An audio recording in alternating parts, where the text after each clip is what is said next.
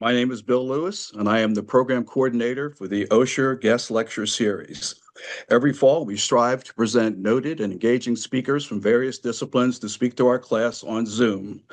Our sessions last 90 minutes, divided between the speaker's comments, followed by a robust Q&A with the class. And I've been told over the years from both speakers and classmates, this is the most popular part of the series. This fall, speakers will explore a spectrum of issues. Jamie Raskin has agreed to return and talk to us about the midterm elections. For those of you who have an interest in space travel, we will have a deputy director from NASA. For those who have some questions about the ballroom and the East Wing, we will have an officer from the White House Historical Association explain to us what's happening. And for those of you who have an interest in the arts and Broadway, we will hear from two former Rockettes who will talk about their experiences as well as talk about the Rockettes themselves, which just celebrated its 100th anniversary.